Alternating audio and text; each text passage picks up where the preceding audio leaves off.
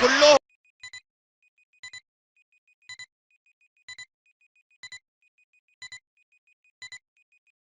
مباراة الأهلي ضد الإسماعيلي ضمن منافسات الجولة الثالثة من الدوري المصري موسم 2023-2024، حيث تنطلق صافرة البداية في 7 مساء بتوقيت مصر والسعودية.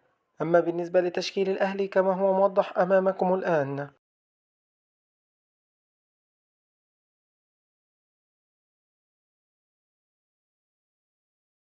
تنقل مباراة الأهلي عبر قناة أون تايم سبورت، حيث تقام المباراة على استاد برج العرب.